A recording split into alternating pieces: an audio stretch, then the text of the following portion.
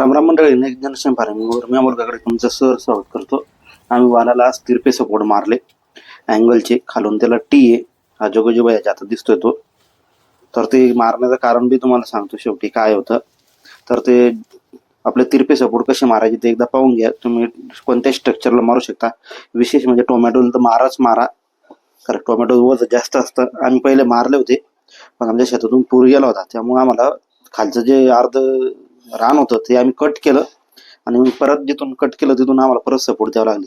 तर अशा प्रकारे जो टीचा भाग आहे तो खालून लावून घ्यायचा जमिनीवर, आणि जिथं आपल्याला डबल लाईन आहे आमची ट्रिपची तर ती त्याच्या खालून ते गेला पाहिजे टी. म्हणजे वरून जर तुम्ही नळीवर ठेवलं तर नळी दबायची आणि पुढं पाणी यायचं नाही. तर अशा प्रकारे क्रॉस करून घ्यायचा, व्यवस्थित असं इथे पकडायचं आणि असं तारानं पकडून त्याला असं जे आपल्याकडे जे बांधकामावाल्याचं असं कडी असते अशा कडीनं ते फिरून घ्यायचं. ही प्रत्येक शेतकऱ्याकडे अशी कडी पाहिजे, खूप साऱ्या कामासाठी कायम पडतंय. तारपिळ्या म्हणतो आम्ही त्याला मराठी भाषेमध्ये आमच्याकडे लोकलला, आणि त्याचा अत्यंत उपयोग होतो. वगैरे एकदम तार पक्क्या प्रकारे तो पिळून घेतो. असा क्रॉस सपोर्ट दिला जातो. क्रॉस सपोर्टचा सर्वात माझा फायदा काय असतो, जो आपला ताण असतो कधी कधी वजनानं ताण तुटतात, म्हणजे जो क्रॉस आपण तिरपा सपोर्ट दिलेला असतो तो तुटून जातो.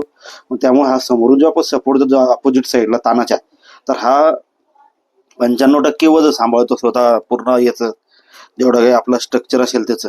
तर हे बघा अशा प्रकारे ते मजबूत सपोर्ट बसलाय आणि तो कधी घसरत नाही, तुटत नाही, आणि जो काही या 2 गजावर लोड येतो तो निघून जातो.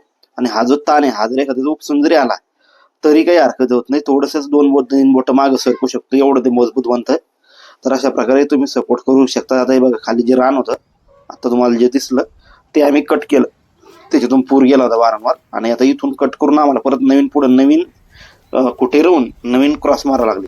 तर अशा प्रकारे आम्ही ते क्रॉस मारले.